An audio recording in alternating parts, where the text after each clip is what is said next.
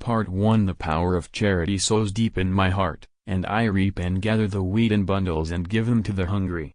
My soul gives life to the grapevine, and I press its sponges and give the juice to the thirsty. Heaven fills my lamp with oil, and I place it at my window to direct the stranger through the dark.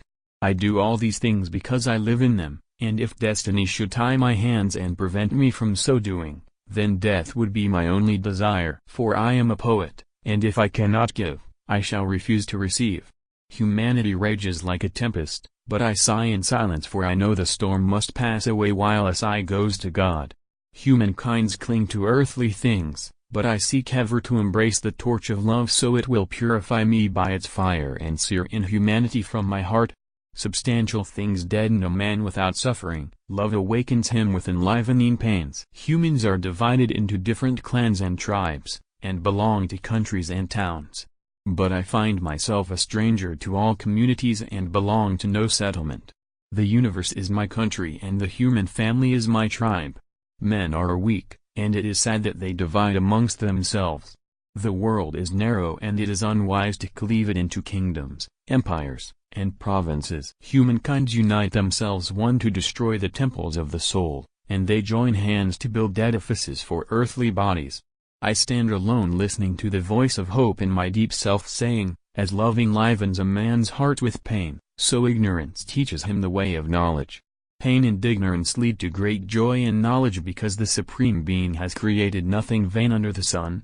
Part 2. We have a yearning for my beautiful country, and I love its people because of their misery. But if my people rose, stimulated by plunder and motivated by what they call patriotic spirit to murder, and invaded my neighbor's country, then upon the committing of any human atrocity I would hate my people and my country. I sing the praise of my birthplace and long to see the home of my children, but if the people in that home refuse to shelter and feed the needy wayfarer, I would convert my praise into anger and my longing to forgetfulness. My inner voice would say, the house that does not comfort the need is worthy of naught by destruction. I love my native village with some of my love for my country, and I love my country with part of my love for the earth, all of which is my country, and I love the earth with all of myself because it is the haven of humanity, the manifest spirit of God. Humanity is the spirit of the Supreme Being on earth, and that humanity is standing amidst ruins, hiding its nakedness behind tattered rags, shedding tears upon hollow cheeks, and calling for its children with pitiful voice. But the children are busy singing their clan's anthem. They are busy sharpening the swords and cannot hear the cry of their mothers. Humanity appeals to its people, but they listen not. Were one to listen, and console a mother by wiping her tears, other would say, he is weak, affected by sentiment.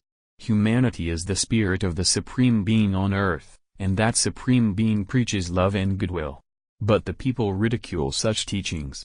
The Nazarene Jesus listened, and crucifixion was his lot. Socrates heard the voice and followed it, and he too fell victim in body. The followers of the Nazarene and Socrates are the followers of deity, and since people will not kill them, they deride them, saying, ridicule is more bitter than killing. Jerusalem could not kill the Nazarene, nor Athens Socrates, they are living yet and shall live eternally. Ridicule cannot triumph over the followers of deity.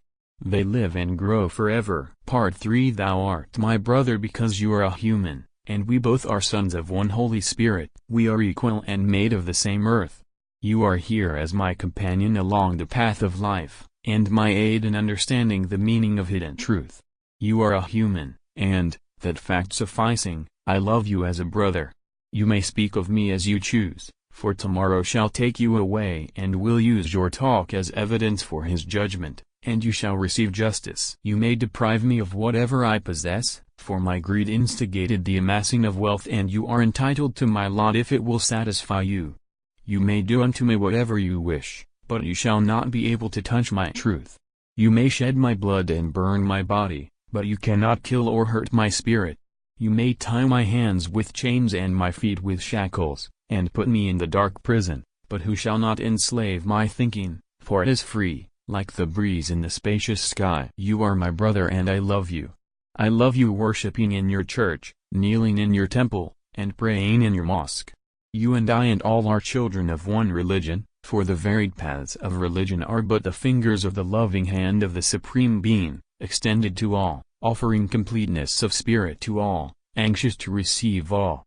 I love you for your truth, derived from your knowledge, that truth which I cannot see because of my ignorance. But I respect it as a divine thing, for it is the deed of the Spirit. Your truth shall meet my truth in the coming world and blend together like the fragrance of flowers and becoming one whole and eternal truth, perpetuating and living in the eternity of love and beauty. I love you because you are weak before the strong oppressor, and poor before the greedy rich. For these reasons I shed tears and comfort you, and from behind my tears I see you embraced in the arms of justice, smiling and forgiving your persecutors. You are my brother and I love you.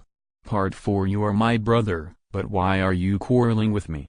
Why do you invade my country and try to subjugate me for the sake of pleasing those who are seeking glory and authority? Why do you leave your wife and children and follow death to the distant land for the sake of those who buy glory with your blood, and high honor with your mother's tears? Is it an honor for a man to kill his brother man? If you deem it an honor, let it be an act of worship, and erect a temple to Cain who slew his brother Abel. Is self-preservation the first law of nature? Why, then, does greed urge you to self-sacrifice in order only to achieve his aim in hurting your brothers? Beware, my brother, of the leader who says, love of existence obliges us to deprive the people of their rights. I say unto you but this, protecting others' rights is the noblest and most beautiful human act. If my existence requires that I kill others, then death is more honorable to me. And if I cannot find someone to kill me for the protection of my honor, I will not hesitate to take my life by my own hands for the sake of eternity before eternity comes. Selfishness, my brother, is the cause of blind superiority, and superiority creates clanship, and clanship creates authority which leads to discord and subjugation. The soul believes in the power of knowledge and justice over dark ignorance. It denies the authority that supplies the swords to defend and strengthen ignorance and oppression, that authority which destroyed Babylon and shook the foundation of Jerusalem and left Rome in ruins. It is that which made people call criminals great mean, made writers respect their names, made historians relate the stories of their inhumanity in manner of praise. The only authority I obey is the knowledge of guarding and acquiescing in the natural law of justice. What justice does authority display when it kills the killer?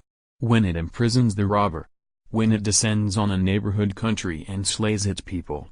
What does justice think of the authority under which a killer punishes the one who kills, and a thief sentences the one who steals? You are my brother, and I love you, and love is justice with its full intensity and dignity.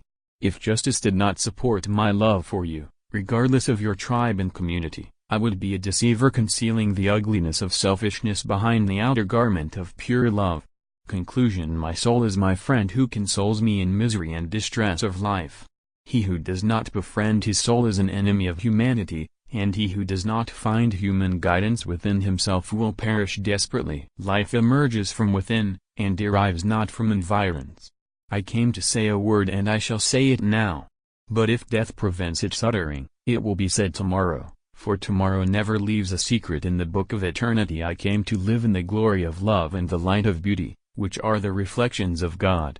I am here living, and the people are unable to exile me from the domain of life, for they know I will live in death. If they pluck my eyes I will hearken to the murmurs of love and the songs of beauty. If they close my ears I will enjoy the touch of the breeze mixed with the insects of love and the fragrance of beauty. If they place me in a vacuum, I will live together with my soul, the child of love and beauty. I came here to be for all and with all, and what I do today in my solitude will be echoed by tomorrow to the people. What I say now with one heart will be said tomorrow by many hearts.